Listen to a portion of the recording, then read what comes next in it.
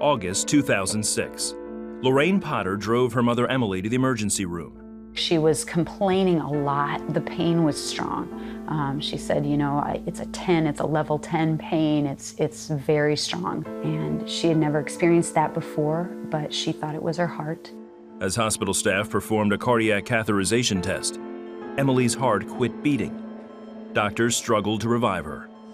After 10 minutes, they found a pulse and she eventually stabilized.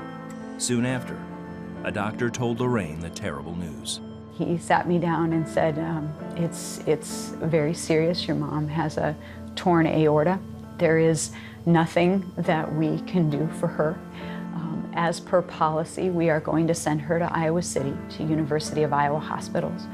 But we know from experience there's really nothing they can do either. He said, really, it's a death sentence. Lorraine called family to join her and pray. Then, she spent a few minutes alone with her mom. I felt like that was the last time I was going to see her alive, so as much as I could, I spoke to her, told her I loved her, was able to stroke her hair, to kiss her, you know, and that was all I could do. The level of anxiety, the level of grief was very high. At this point, there was no hope. You know, there was no hope I had been given. Emily was transported to the University Hospital. When Lorraine arrived minutes later, she noticed a license plate that read YHWH, Yahweh, the intimate name of God. At that moment, Lorraine says she felt his presence. The peace that passes all understanding that guarded my heart and mind kicked in and came over me. And from that moment on, my anxiety was gone. My hopes are eternal and my hopes are in Christ. And I knew where my mom was going, no matter what.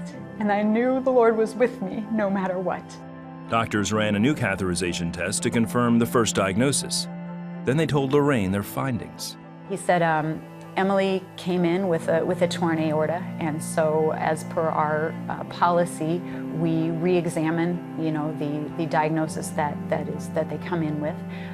We've done all the tests that we could, and there is no torn aorta. What was clearly visible just hours ago was now healed. You know, anything that came out, it was all God, you know. The new tests, however, did reveal a 90% blockage in an artery near her heart. When they went in to place a stent, the blockage also disappeared. Really, there was nothing doctors could do. God was doing a healing. You know, they hadn't been able to touch her.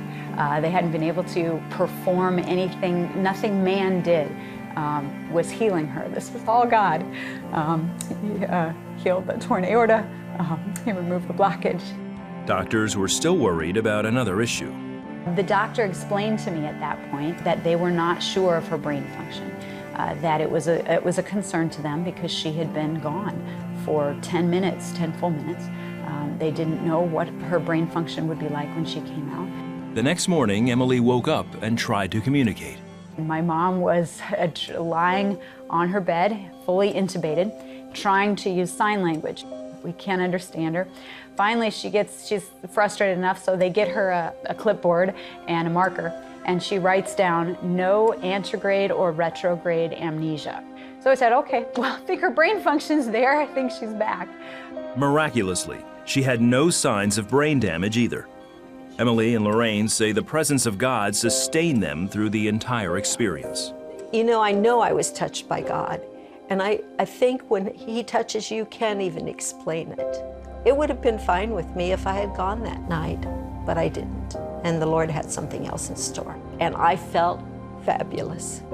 It was an experience that I will never forget because of the way I felt when I woke up. I just felt like I wanted to stand up and dance and scream and sing and whatever. You know, it just felt so good. Today, Emily's heart is healthy. Though questions remain regarding what exactly happened, Lorraine knows it was God with them that made all the difference. The Lord really healed me 3 times. If you can have 3 miracles in one miracle, I really did. No torn aorta, no blockage, no brain damage. The joy of having her back was wonderful, but greater was the peace of having Him with